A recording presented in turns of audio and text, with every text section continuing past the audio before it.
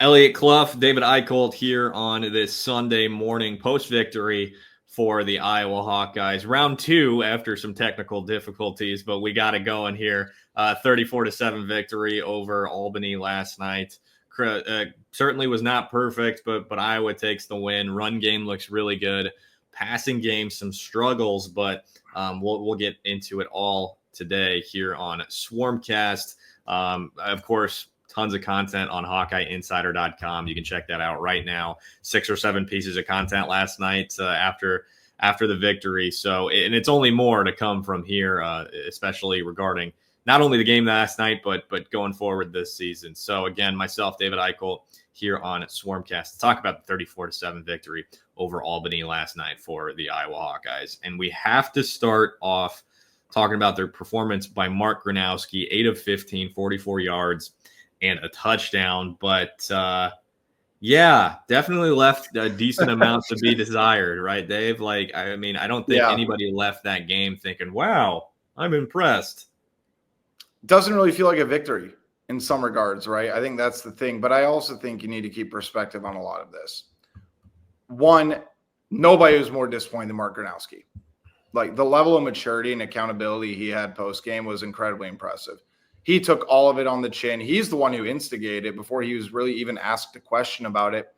Praised his teammate, said there were a lot of good things that happened, and that is true. Like, we need to keep – they ran 300 yards. I know people expect that. They still ran the ball over 300 yards. They still had to get it done, and they did with whatever running back was in the game. So I think that gives you some confidence in the offensive line, because I know I'm going to get more into Gronowski in a second. But what's the sloppiest unit on most teams in week 1, Eliot? Passing. It's the offensive line, right? That too. The offensive line was stellar. For again, I know the quality of opponent, but that's exactly what you expect with a very senior kind of based offensive line. The best players play the best. For Gronowski, I told myself last week, heading into the week, Eliot, I'm not going to overreact to anything. Even if he'd gone out there and lit the world on fire, I'm not going to overreact to him struggling. I think it's too soon. This is a guy who is now won 50 college games in his career. He's won the FCS Heisman. He has 12,000 all-purpose yards. The guy knows how to play football. He knows how to throw the football. Okay, that has not changed. I do think losing Reese Van Der Zee hurt. I think he was going to be the number 1 option. I think Iowa's passing schemes were very vanilla. And honestly, I thought Albany played back a lot more than I thought they would. I talked to TJ Washington after the game. He said he expects them to blitz more. So he was a little bit surprised that they dropped back into coverage. With that being said, I do think Gronowski missed some throws. I think he missed some reads. He admitted post-game that he went through his reads a little bit too quickly. If there's one positive I will take from it, the guy's not afraid to put his shoulder down, and he can run. And the other part is his self-awareness is so high, Eliot. Like he said, he felt like he ran away from clean pockets. He could have navigated the pockets better. He could have looked in both directions a little bit more. He could have gotten through his reads. So I think when you go into week 2, he's already going to look for that, and he knows the quality of opponent that's coming up next. So I think to kind of knock off this rust, it's going to be a big deal. I'm not going to be too worried yet. Of course, I'm going to look for things going into Iowa State. But if he struggles against Iowa State, if he struggles against Indiana, if he struggles against Rutgers, I think we're going to have a completely different conversation. But I'm maybe a 3.5 on a 1 to 10 scale at this point. Like if he goes out there and has 50 yards next week, then we're going to raise the bell, right? But for now, man, I think you have to trust Gronowski. The team believes in him. It's very obvious. And I do think he completed 6 of his last 7 throws. I know the yardage is nowhere near what it needs to be. I'm not saying people shouldn't be worried, because there are obviously some alarming things, but I need to see him play worse against higher quality opponents before I freak out. Week 1 is for observations, not conclusions. I think that is what really needs to be applied across the board here. Other than the run game being really good. Like that was really good every play. And it should have been against Albany, right? Like I thought the run protection, the run blocking was particularly good. I feel like the passing, like the pass pro in the moment, to me, I didn't think it was good, but Mark stood back there forever. Yeah. It wasn't just, 1-2 seconds. It was 4 or 5 seconds, and expecting your offensive line to hold up that long is a while. That was my exact observation watching it too. I thought back and I'm like, yeah, you know what? They're not doing too bad. Right. The other thing, I think we can pinpoint a few throws from Mark that people will remember. First throw to the opposite hash, our opposite sideline. And he clearly took blame himself for that throw to Seth Anderson to start the game. That was an incompletion, probably about 5 yards off. I don't know. Of course, we don't know the intricacies. Maybe Seth Anderson, but he took responsibility. No matter what across the board, I am always going to be pro that. The ball to Sam Phillips in the end zone where Phillips was wide open. We thought it got tipped. Everybody on our board was like, "You're really dumb." But that's what it looked like, right? To me and in the replay. Maybe it didn't. Whatever. And then the little weird throw over TJ Washington's head. I don't know what that was. He had to hit the one in Phillips in the end zone. That's the one where if it did not get tipped, that has to be completed. At least give him a shot at it, right? And the other part is really quick. I'll let you finish. But Sam Phillips got separation most of the day. Like they have to find him, especially with the way he returned that punt, man. Like he has some juice to him. And I get it. There were a couple times he was open where he just didn't look at that side of the field. So maybe that's just like last option. Again, we don't know the play call. But you could tell Phillips is getting a little bit frustrated. And honestly, man, with all the separation he got, you got to find him against Iowa State if he still gets that. I don't know how much like a wide receiver screen is involved in this offense, right? To me, in moments like that, when you're seeing that separation, you're seeing that speed, and they've seen that separation and speed from Sam Phillips for at least a month. Yeah. Just get him the ball in space, right? And at the same time, like you said in your initial talking points, this was extremely vanilla from Iowa's offense, and it should have been. And if it wasn't, they probably would have won 63-7, and we would have seen more from Mark. And to boot, we're talking about Mark. We're talking about the fact that he went 6 of 7 on his last passing attempts. He started to look more comfortable, and then he started to cramp. So, we just didn't see enough, and let alone the fact that it's week 1, but we didn't see enough to make a conclusion, in my opinion, from his time on the field, because he started to look more comfortable. And I honestly think he started to look more comfortable once they started to let him run too. Like he was running on his own accord or on his own volition on those first few attempts. It was just tuck it and run out of the pocket. But then there were a few designed runs, and he started to look a little bit more comfortable to me too. Kirk was not thrilled about the amount of hits he took. And honestly, I looked over at you, I think, in the second quarter, and I said, he's taken a lot of hits. But at the same time, like with the way Logan Jones talked about him, the way like his teammates talked about him, they said, look, it's not something we've had. Like we've as in Iowa, right? Mm-hmm. Quoting them.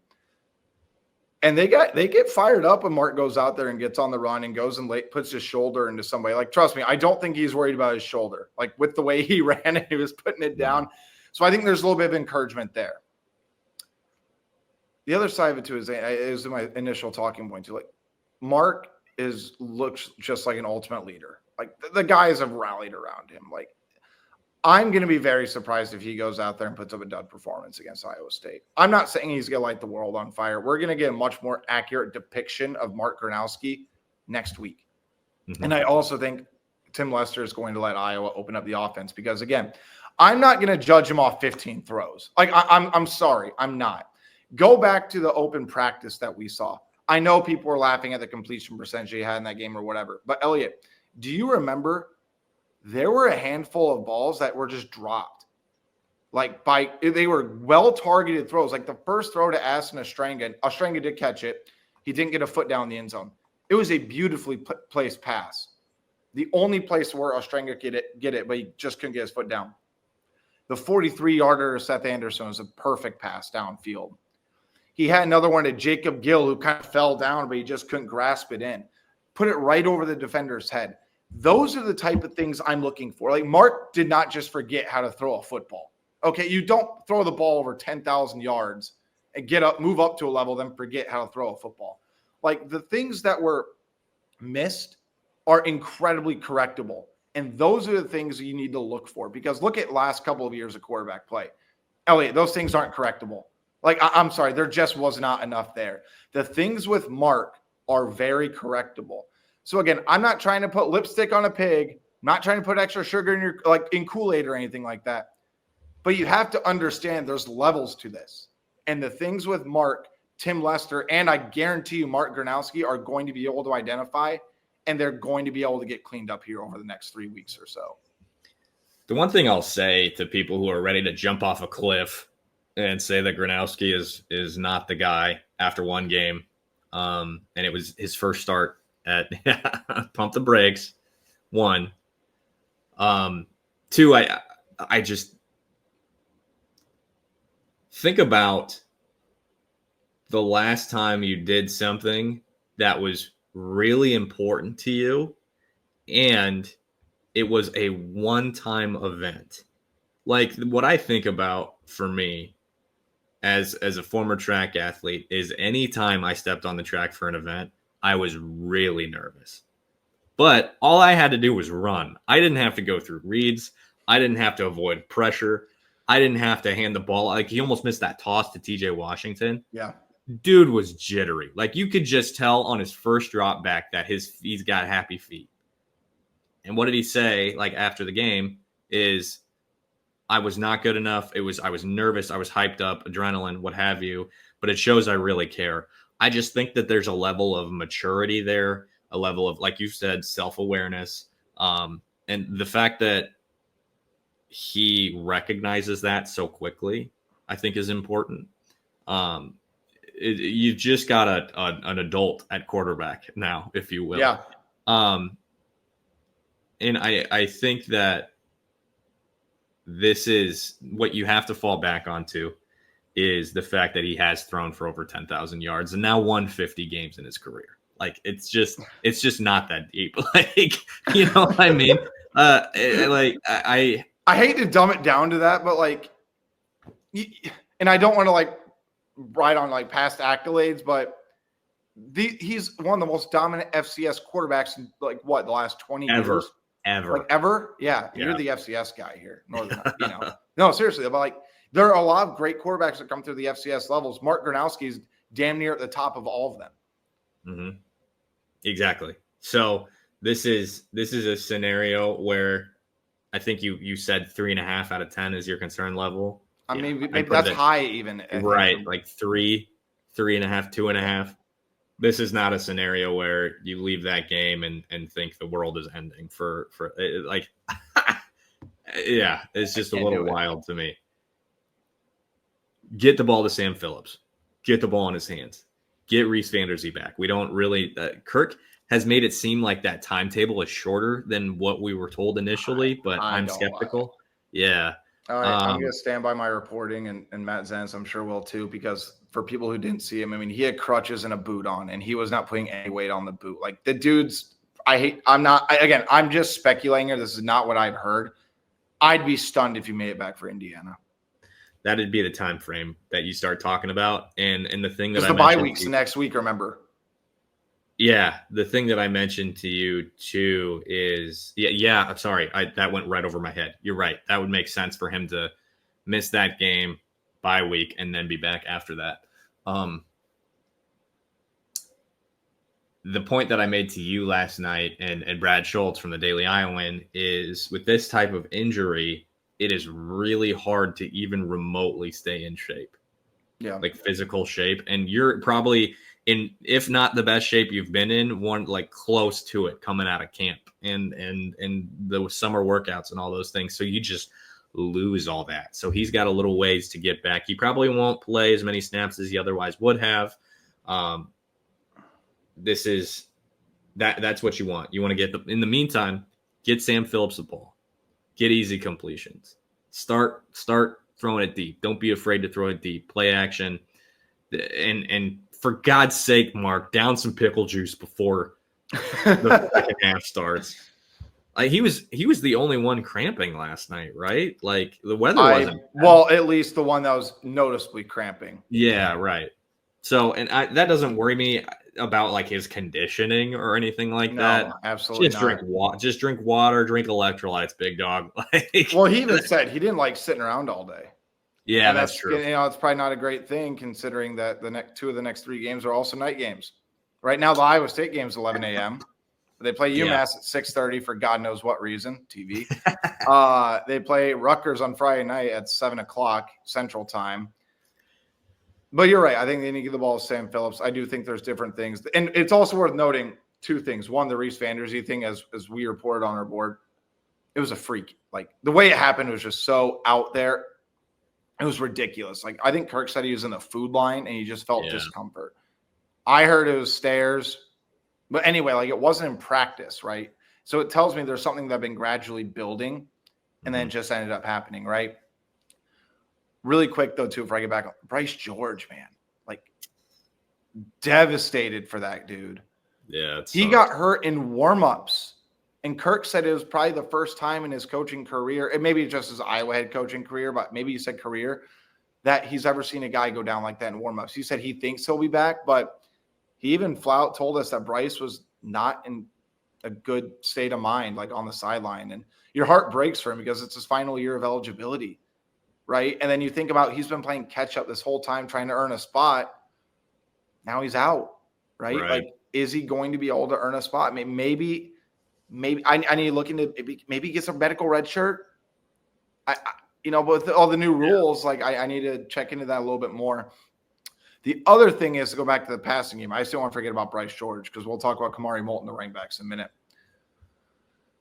Mark admitted they wanted to throw the ball deep. And like the couple other people I was talking to and the players, they said their game plan was to throw the ball a little bit deeper. Like, than they did. They wanted to test it, but just with the way the game was unfolding, they didn't do that. So I think that gives you a little bit of optimism. Albany ran super soft coverage. That's like the main. They did not want to get beat deep, which is really, really strange, just considering Iowa's last 8 years. But I'm not want to criticize the game plan. The other side of it, though, too, is, and again, it's been a big storyline all week, at least in my mind. I don't know how they scouted them. They didn't know the personnel. Like, they just went based off film because they had the same offensive and defensive coordinators, and they kind of had to adjust in game. Again, Iowa's more talented. I still think they should have executed better. They absolutely should have executed better in the passing game, no question. But the other side of me thinks, if I'm going into Tim Lester's mind for a second, they really stopped throwing the ball after the touchdown for the most part. And even when it was working a little bit, when they realized, hey, you know what? We're getting 7 yards a carry. Why are we throwing the ball? Now, again, I disagree with that premise because I think they need all the confidence they can get in the passing game. I think they need all the reps they can get. But if you're an offensive coordinator just trying to win a football game and you're having such easy success, and honestly, we don't know how long Kamari Moulton's going to be out. Yeah, that's still a we'll see. So you throw in Xavier Williams, who we'll transition into right now. You throw in Jazz Patterson. You throw in TJ Washington. Outside of Jazz, and Nathan McNeil, too. These are all young guys. Their first meaningful game action, right? TJ had a couple little bits and pieces, but most significant time, right? Get some confidence in those guys. Because if the passing game is not there and you have to rely on your young running backs, you want them to go out there, that they can go out there and take over the world, right? So I think I understand from that mindset, too. I do wish Iowa showed a lot more in the passing game. I still think there's a little bit eyebrow raised, but I don't really disagree with the premise of getting the young guys some confidence, knowing that you're probably going to need them next week against Iowa State. To make my last point on the passing game, everything that we've seen from Tim Lester is that he's just good with these young guys and talking them through situations, difficult situations. So throw in Mark Gronowski's self-awareness. And you have to think Tim Lester is just like, dude, you've done this before. Right. And hey, we're settling in. It's your first game. Move on to Iowa State. It's my first game calling plays for you. Right. Like, and he probably would take some of the onus on himself. Like, I didn't set him up right. We probably should have done X, Y, Z differently. And that'll take some of the weight off Mark's shoulders too. So this is not, again, not a massive concern, let alone maybe even a concern at all at this point. So run game, TJ Washington was good. We didn't get to see enough of Kamari Moulton, but we've seen him, the last 2 seasons, and what he's done has been encouraging. Xavier frickin' Williams was awesome. 5 carries before his final carry of the first half. He was at 5 carries for 90 yards, averaging 18 yards a carry. He finished the game, I think, 11 carries for 122 yards. Yeah, 122 and a ton. Yeah, a touchdown, averaging like 11.1 yards per carry. He had a 43-yard carry in there. First Iowa running back in his debut to have a more than 100-yard since Sean Green, and everybody started to compare him to Sean Green too. But what's really funny is, I know you'll get to this probably, all the talk about is quads. Yeah. Like, if 3 different players in the post game be like, you need to look at his quads, man. Then right when he walked in, Brad Schultz from Daily Iowa was like, dude, his quads are massive. Look at his quads. Yeah. And then Shannon Earhart from KCCI was like, how big are your quads? Hey, you know what? I respect her because, you know what, Eliot? We were all thinking it. Yeah. He goes like, oh, they're all right. Yeah, right. You can tell he did not want to talk about himself at all. No. Shout out to you, by the way. Xavier Williams intel is through you, and you're the one who's been calling like he's probably going to see a role. So I don't know how many other beat writers have said that. I thought he had a decent shot because of the depth in the room, but you've been and you and Sean, quite frankly, have been all over the Xavier Williams train. So I got to give you your flowers there, bud. Thanks, Doug. Yeah, really liked him as a prospect coming out of Indiana. I remember writing, and at that point in time, you're afraid to make the Sean Green comp, and I still kind of am. So everybody said LaShawn, like I said LaShawn Daniels. I said LaShawn Daniels too. Yeah, in the back of my head, I was like, he's a little Sean Green-esque. And we were not the only ones who thought that or said that last night. Other people in the press box, of course, you take literally everything you ever read on Twitter with a grain of salt. But people on Twitter were saying things about Sean Green as well with Xavier Williams. Just his ability, like it's not just punch you in the mouth. It's not that Jazz Patterson type of run style. He's got some wiggle to him, and he's got quick feet. His ability to navigate space, I thought, was really impressive. Doesn't quite have breakaway speed. You don't really expect that with his, physical makeup. But he's faster than I thought. Yeah, he was really good. Ability to navigate those, and some of those holes were like my mom could have run through them. Yeah, but honestly. Yeah. But at the same time, he recognized that and went, gone. This is a guy that, when talking to people behind the scenes, and I quote, hard as F to tackle. Mm-hmm. And his stature, though it may not, lend itself to breakaway speed, it lends itself to, damn, it's hard to bring that guy down. And just really good at running between the tackles. I think you complement that well with TJ Washington and just his flat out speed. And then eventually down the road, Brevin Dahl will be a really nice compliment to Xavier Williams too. Nathan McNeil, you throw him in that category. Jazz didn't play like at all in the first 3 quarters. Came out fresh in the 4th quarter, really punched those guys in the mouth. The run game was just really good, like across the board, and Mark Gronowski included. There was maybe this isn't a passing point, but there were a couple plays where the pocket collapsed and it looked like Mark was like any other quarterback that Iowa has played in the last however many years, maybe other than Brendan Sullivan, would have been sacked. I would say since Nate Stanley at least. And Mark brought it down and got out of there. So he's faster than we thought. So piggyback off the run game sort of situation. But to me, the star of last night for Iowa was Xavier Williams. That room, of course, sucks to lose Kamari Moulton. That room is so deep. So deep. Yeah, I mean, they have still 4 guys that are very playable. Yeah, it's not 5. Almost anybody's. Yeah, I mean, almost everybody's playable with the offensive line. Yeah, like that's why they're going to run the football. Yes, you want to see progression in the passing game, but they need to run the football. Yeah, I think they have one of the best offensive lines in the Big Ten. bar none. I would say it's the near upper tier in the country. I'm not going to go elite, but it's close, man. Like if somebody sells into that left tackle spot, and by the way, I don't envy the Doetzler and Lau competition because I thought Doetz looked pretty good last night at times too. They were both good. I think they're going to rotate him in against Iowa State too. Do you? Okay. I do. I don't think they're going to settle in yet. That'll be something we definitely have to ask about next week. Do want to transition the defense a little bit because I think you and I could keep talking about the offense for another 30 minutes. I don't know what to make of the defense. Not going to lie. Like, you know what the defense player that stood out to me the most last night was? There's two players. One, Max Llewellyn. Like, I don't care about his stats where he was winning every single time he was going on the line of scrimmage. I know the sack numbers weren't encouraging, but Eliot, like, they either got rid of the ball or something else happened. Like, I thought the pass rush was pretty good for the most part. They didn't hit him at home enough, in my opinion, but they got after him. They made him feel pressure. They made force some bad throws. I'm encouraged about Llewellyn. I'm encouraged about Hawthorne. Graves about buried Jack Shields on that one. That's probably the last guy that I'd want to meet there. The other guy is not even a starter. It's Preston Reese. Yeah. Like, he was so good on special teams, and he is just, dude, you talk about a football guy, he might be a freak.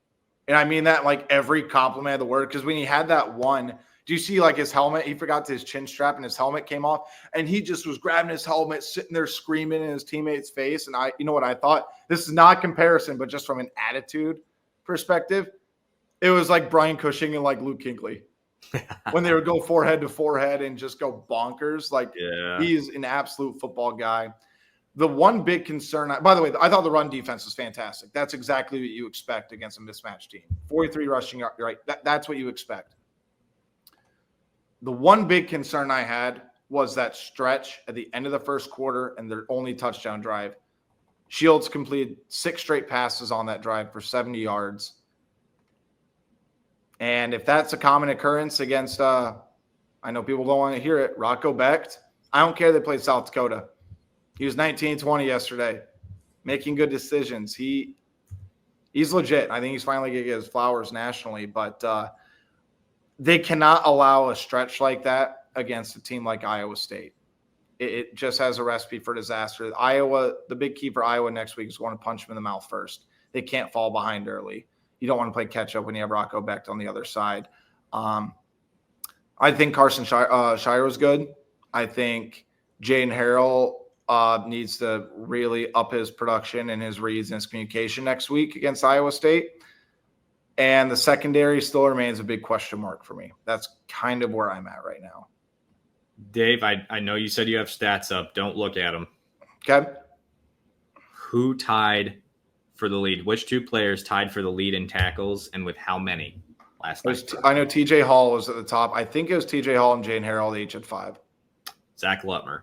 Oh, it was Lutmer. Yeah, it was Lutmer. Because Lutmer had 2 on the first drive, and I'm like, okay, he's doing something here. When I previewed this game with, I might have said it on our podcast too, but on radio spots and stuff like that, I said, what you want out of this game for a guy like Jaden Harrell, double-digit tackles, maybe a pick, force a fumble, recover a fumble. Yeah, you said that on ours, yep. Now, maybe Albany didn't have the ball enough, and they didn't run the ball. Yes. Like that's another factor. Absolutely. They passed the ball like hell. So, and I'm kind of confused by Jaden's demeanor. Like, I know you didn't talk to him last night, but he's just very. It's almost like, I don't know. He's not as expressive as Jay Higgins, like who is, but he's just kind of flatline, I guess. When you talk to him, he's even keeled, and that's probably not flat. That might be better than flat. Yeah, that's probably I will say this, because he is going to be the leader on this team. I do think it's encouraging to have a leader at times that is even keeled. Yeah. You can tell he's not going to beat himself up too much, but he's also going to hold himself accountable, and he's not going to be freaking out when something great happens. Yeah. Kind of want that guy that can help stay the pace. So my point that I was getting to as well was that no turnovers forced, only 2 sacks. Albany's quarterback was mobile and clearly always kept his eyes downfield. So that made things difficult for the defense on that one particular drive to, stay disciplined, stay attached to their receivers.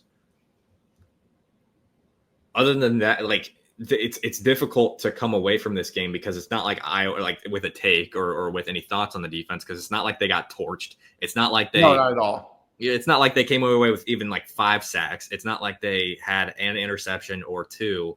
Deshaun Lee had a pretty nice pass breakup, I thought, at one point.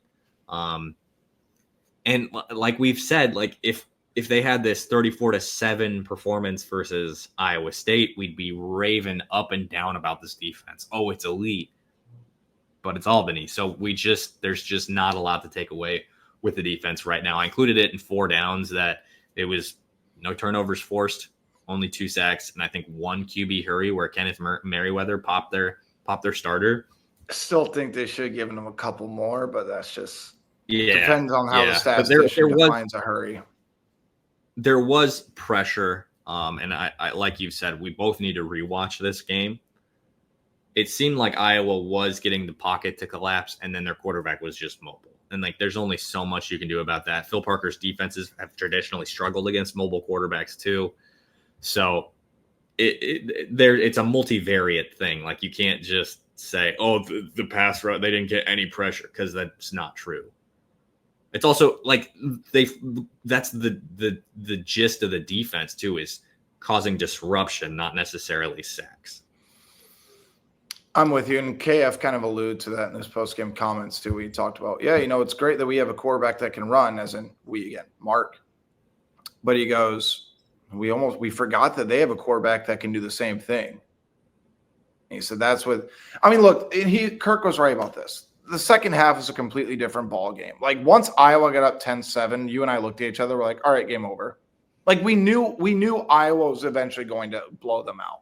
Mm-hmm. Yes, you want to see them score more points. The defense did its job enough, but now it's just we're kind of projecting about how that's going to translate against more elite teams, right? So that's kind of my big thing right there. I don't know what more to really take away from it. I think that there's a number of guys on the defensive line that can be really, really good. The linebacker, I thought Jackson Rexroth had a couple really nice plays. He had a couple nice open field tackles. So maybe that's something to hang your hat on too. I thought Xavier Wampo was going to absolutely kill Jack Shields on a couple of those, but Shields was smart and got down, because again, you talk about a guy you don't want to get hit by. You do not want to take a one-on-one shot against Wampa. So I think we'll dive more into this week when we preview the Iowa State game. I want to wrap this up with 2 quick things, Eliot, and I'll get your final take. One, Iowa special teams could be a lead again, right? Sam Phillips had that great return. Weechin had a couple big returns. His first receiving touchdown too, which I think is very encouraging there. Reese Dakin had 2 punts, 50-yard average. Can't really expect much more than that. Drew Stevens, man, that field goal is probably good from 68 yards. It sounds insane, but that 55-yarder went in with ease. And so, again, you have a LeVar Woods unit. It's going to be a top 5 special teams unit in the country. So something nice to kind of hang your hat on. I think it's important to address the special teams because it will likely make a difference. And by the way, again, Preston Reese in special teams is going to be a big factor. But, again, I think you summed it up well in your first real response when you said week 1's about opportunity, but not judgments, right? Observations, not conclusions. Yeah, I said the same thing, different wording. Close enough. You Elioted it. I Davided it. You're exactly right, though. That's kind of, especially against this quality of an opponent, because you know what happened. Oh, I know. You know what happened. 2009 season opener. Had to block 2 field goals against Northern Iowa. Everybody said the season was over. I'm not saying it's going to happen this year. I'm not. But that's why you don't overreact to week 1. And I think that's why Kirk Ferentz is sitting back saying, all right, how do we bounce? How do we continue to build it against Iowa State? So I'm going to hold off. And I said it from our preview podcast. I'm not going to have a real grasp of this football team, Eliot, until after they play Indiana. I'm not going to overreact until that. If they go 3-2 and they lose to Iowa State and Indiana, then I think we know what kind of Iowa team we have this year. If they go 4-1, I think we have an idea. If they go 5-0, we're talking a completely different story. With all due respect to UMass, they're going to beat UMass. I think they beat Rutgers pretty easily as well. Yeah, Rutgers they're not going to be good. All right, that'll do it for us here on this episode of Swarmcast. Eliot, Clough, David Eickholt here on this Sunday morning. Appreciate you tuning in with us here post-game. Make sure to leave that rate and review, Apple Podcasts, drop a like, drop a comment there on YouTube. And again, we're running 75% off right now. You would have gotten this content about Xavier Williams 2 months ago if you're a VIP member. So join us now. Dave, of course, with Matt Zennett's breaking news for us at 24/7 Sports. We've got a ton of national guys that help us out, cover women's basketball. We got intel coming from I can never pronounce her name, McKenna. So a lot of people have said Wolitsko, but it's Volitsko. Volitsko. German? I good question. I was thinking Russian. Volitsko, well, German or Russian. Those are very different. I don't know, with the W's and the V's. They got a dialect, similar dialect in certain regards. But I think she's number 6 by 24/7 Sports is Brandon Clay. This is the prospect that Iowa I've said repeatedly has to land.